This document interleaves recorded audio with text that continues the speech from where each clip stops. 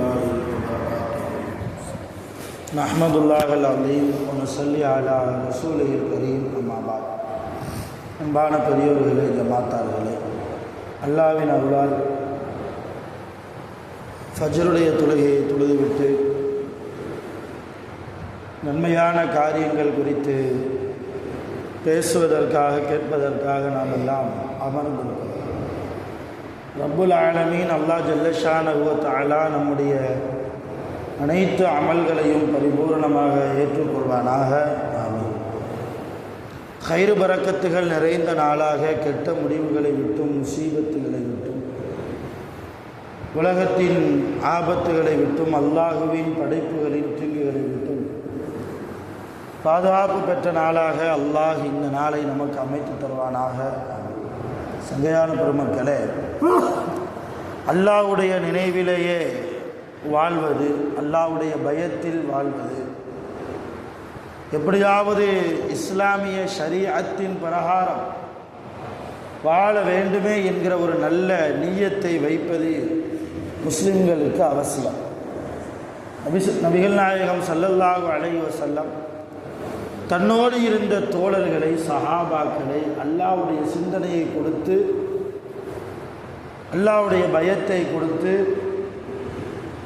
நல்ல அடிப்படையில் ஷரியத்தின் பிரகாரம் ஹலால் ஹராமை பேணி நடக்கிற சாலிஹான மனிதர்களாக ரசூலுல்லாஹி ஸல்லல்லாஹு அலைஹி வஸல்லம் அவர்கள் சஹாபாக்களை உருவாக்கினாங்க.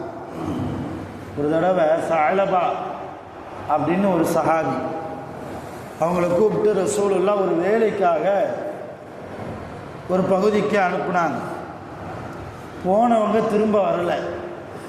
சஅலபா போனவங்க திரும்ப வரல. ஒரு நாள் ஆச்சு, 2 நாள் ஆச்சு, 3 நாள் ஆச்சு, ஒரு வாரம் ஆச்சு, ஒரு மாதமே ஆயிடுச்சு, போனவங்க வரல. ரசூலுல்லாவும் அதை பெருசாக யோசிக்கவும் இல்லை. இந்த மாதிரி சஅலபாவை அனுப்புனமே, போனவர் திரும்ப வரலையே, எதையுமே யோசிக்கலை ரசூலுல்லாஹ். ஜிப்ரீல் அலைஹிஸ்ஸலாத்து வஸ்ஸலாம் அவங்க ரசூலுல்லாஹ்ட்ட வந்து, யா நபி அல்லாஹ், ஓ அல்லாஹ்வுடைய நபியே முஹம்மது நபி அவர்களே, கொஞ்ச காலத்துக்கு முன்னால்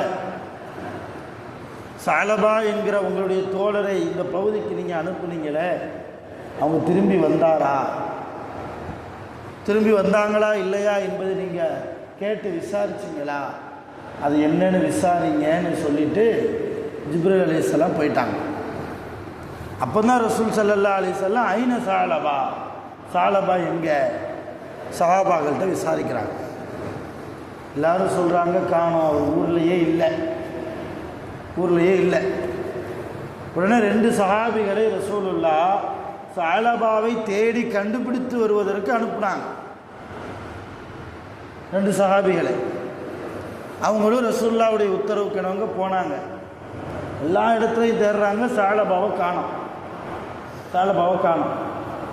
கடைசியில் ஒரு மலைப்பகுதிக்கு கீழே ஒரு ஆட்டு இடையன் ஆடுகளை மேய்த்து கொண்டிருக்கிறான். அவன்கிட்ட போய் அந்த 2 சஹாபாக்களும் கேட்டாங்க, சஅலபான்னு சொல்லி ஒரு நபித்தோழர், ஒரு சஹாபி, அவங்கள பார்த்தீங்களா? அந்த ஆட்டு இடையர் சொன்னார், ஆம், அவர் இந்த மலை உச்சிக்கு மேலே தான் இருக்கிறார், ஊருக்குள்ளே இல்லை, அவர் எங்கே இருக்கிறார், மலை உச்சிக்கு மேலே இருக்கிறார், சாயந்தர நேரம் அவர் இறங்கி வருவார், நான் கொஞ்சம் பாத்திரத்தில் என்ன செய்வேன், ஆடுகள்கிட்ட இருந்து பாலை கறந்து கொடுப்பேன், அதை குடிச்சிக்கிட்டு மறுபடியும் அழுதவாறே அவர் போய்விடுவார், சில சமயம் அவரை தேடி போய் நான் பாலை கொடுப்பேன் அப்படின்னு அந்த ஆட்டு இடையன் சொல்ல, இப்பொழுது அவர் என் ஆட்டிடம் இருந்து பால் அருந்துவதற்காக வரக்கூடிய நேரம்தான், நீங்கள் கொஞ்ச நேரம் இங்கே இருந்தால் அந்த சஅலபாவை பிடிச்சிடலாம். அந்த சஹாபிகள் 2 பேரும் மறைஞ்சிருக்கிறாங்க. சஅலபா எல்லாம் வந்தாங்க, அழுதுகிட்டே வர்றாங்க, பாலை வாங்குறாங்க, குடிக்கிறாங்க, மறுபடியும் அழுதுகிட்டே போகிறாங்க. பின்னாடியே போய் 2 சஹாபிகளும் பிடிச்சிக்கிட்டாங்க. என்ன சஅலபா, என்ன ஆச்சுன்னு கேட்டாங்க.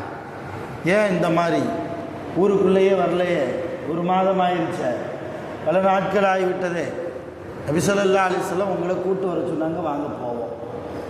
சாலபா சொன்னாங்க, இல்லை நான் வரமாட்டேன்னா, நான் வரமாட்டேன், மதீனாவுக்குள்ளே இனிமேல் நான் வாழ்வதற்கு எனக்கு அருகதை இல்லை, எனக்கு எந்த தகுதியும் இல்லை, அதனால் நான் வரமாட்டேன்ட்டாங்க சாலபா. இப்போ அந்த 2 சஹாபிகளையும் கேட்டாங்க, ஏன் என்ன ஆச்சு, ஏன் இந்த மாதிரி ஒரு விரக்தியில் போய் பேசுகிறீங்களே, என்ன நடந்தது? அப்போ தான் சாலபா சொன்னாங்க, என்னை நபி ஸல்லல்லாஹு அலைஹி வஸல்லம் ஒரு வேலைக்காக அனுப்புகிற போது நான் தெருவிலே போய் கொண்டிருந்த போது கடுமையான பலத்த காற்று வீசியது, ரொம்ப காற்று. அந்த காற்றின் காரணமாக ஒரு வீட்டு வாசலில் போடப்பட்டிருந்த திரை, அந்த திரை கொஞ்சம் அகன்றது. திரைக்குள்ளே வீட்டுக்குள்ளே ஒரு அம்மா குளிச்சுக்கிட்டு இருந்தாங்க.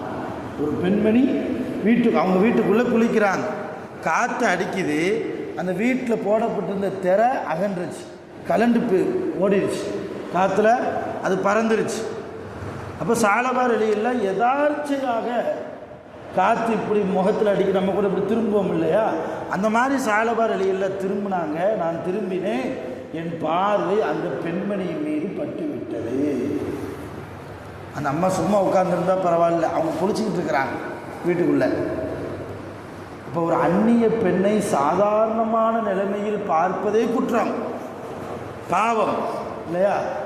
அதுவும் நான் எந்த நிலைமையில் பார்த்தேன், ஒரு பெண்மணி குளித்து கொண்டு இருக்கிற நிலைமையில் நான் பார்த்து விட்டேன்.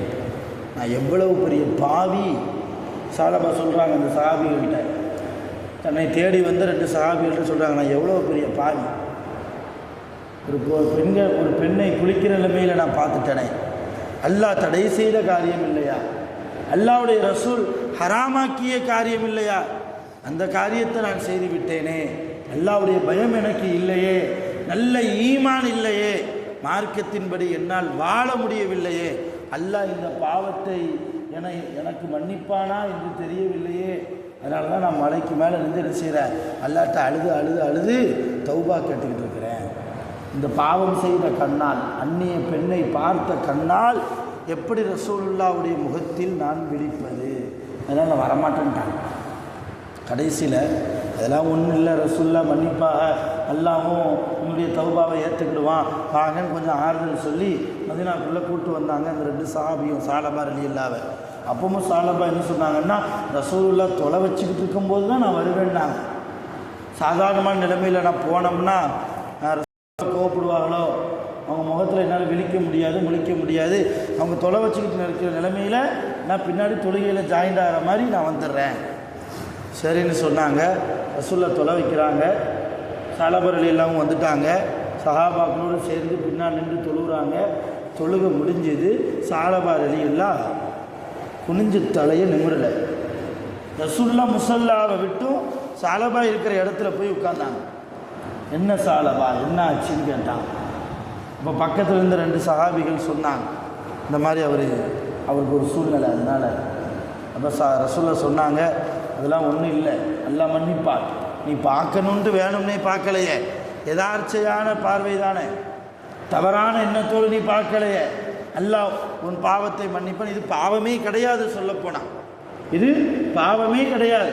ரோட்டில் ஒரு பெண்மணி அடிபட்டு விழுந்து கிடக்கிற போது அது அந்நிய பெண்மணி, நான் தொடுவது ஹராம்னு நம்ம யோசிப்போம் இல்லையா? அந்த நேரத்தில் ஹராம் ஹலாலாகும், அந்த நேரத்தில் ஹராம் வந்து ஹலாலாயிரும். அந்த பெண் அந்நிய பெண்ணாக இருந்தாலும் சரி, முஸ்லீமாக இருந்தாலும் சரி, காஃபிராக இருந்தாலும் சரி, கிறிஸ்தவராக யாராக இருந்தாலும் சரி, அவங்களுக்கு உதவி செய்ய வேண்டும் என்ற நல்ல அடிப்படையோடு அவர்களை தொட்டு தூக்குவதால் எந்த தவறும் இல்லை. அதே மாதிரி தான் நீ பார்த்தது சாலபா அப்படின்னு ரசூலுல்லா சொல்லும்போது சாலபா ரலியல்லாஹு கொஞ்சம் மனசு ஆறுதலாக இருந்துச்சு. இருந்தாலும் அவங்களுடைய மனசு முழுமையாக அதை ஏற்றுக்கல. என்ன ஆகி போச்சு, இந்த மாதிரி ஒரு பாவம் செஞ்சிட்டோமேன்னு சொல்லி அவங்க நினச்சி அதை பற்றி வருந்தி கடைசியில் அவங்களுக்கு காய்ச்சலே வந்தது, படுத்த படுக்கை ஆகிட்டாங்க. கடைசியில் அப்படியே மௌத்தாகவும் போனாங்க. யார்? சாலபா ரலியல்லாஹு. கொஞ்சம் யோசிங்க, இது ஒரு சம்பவம், நிறைய கிதாபில் பதிவு செய்யப்பட்ட சம்பவம். எப்படிப்பட்ட தூய்மையான வாழ்க்கை, அல்லாஹ்வுக்கு முன்னால் பரிசுத்தமான வாழ்க்கை வாழ்ந்தவர்கள் சஹாபிகள். அந்த வாழ்க்கையை வாழ கற்றுக் கொடுத்தவர்கள் முஹம்மது ரசூலுல்லாஹி ஸல்லல்லாஹு அலைஹி வஸல்லம் நமக்கு கற்றுத்தர்றாங்க. நாம் எப்படிப்பட்ட வாழ்க்கை வாழ்ந்து கொண்டு இருக்கிறோம். நிறைய ஹராமான காரியங்கள் நம்முடைய வாழ்க்கையில் வருது. சாலபாரலியில் எந்த தப்புமே செய்யலை, இருந்தாலும் அல்லாஹ் என்னை மன்னிப்பானா, அந்த அல்லாஹ்வுடைய நினைவு, அல்லாஹ்வுடைய பயம், அந்த தக்குவா மனது முழுக்க நிரம்ப சஹாபிகளுக்கு இருந்தது. அதனால் இந்த அளவுக்கும் சாலபாவை போற்றி கொண்டிருக்கிறோம், சஹாபிகளை புகழ்ந்து கொண்டிருக்கிறோம், இமாம்களை புகழ்ந்து கொண்டிருக்கிறோம். அல்லாஹ்வை நாம் பயந்து வாழ்ந்தால் நம்முடைய மரணத்திற்கு பின்னால் அல்லாஹ் நம்மை புகழ செய்வான், மக்களுக்கு மத்தியில் நம்முடைய புகழை பரப்புவான். அருமையான பெருமக்களை எப்படி வாழ்கிறோம் என்பது ரொம்ப முக்கியம். அல்லாஹ்வுடைய பயத்தோடு, ஒரு நல்ல எண்ணத்தோடு, யாருக்கும் அநியாயம் செய்யாமல், யாருக்கும் தீங்கு இழைக்காமல், நல்ல தௌஃபீக்கான நல்ல ஒரு அழகான வாழ்க்கை வல்ல ரஹ்மான் நம் அனைவர்களுக்கும் அல்லாஹ்வை பயந்து வாழக்கூடிய நல்ல நசீபை தந்து அருள் புரிவானாக. ஆகிரு தஅவானா அல்ஹம்துலில்லாஹி ரப்பில் ஆலமீன். சுப்ஹானல்லாஹி வ பிஹம்திஹி சுப்ஹானல்லாஹி வ பிஹம்திஹி அஷ்ஹது அன் லா இலாஹா இல்லா அன்த அஸ்தக்ஃபிருக வ அத்தூபு இலைக். ஆமீன். சுப்ஹான ரப்பிக ரப்பில் இஸ்ஸத்தி அம்மா யசிஃபூன். ஸலாமுன் அலல் முர்ஸலீன் வல்ஹம்துலில்லாஹி ரப்பில் ஆலமீன். ஸல்லல்லாஹு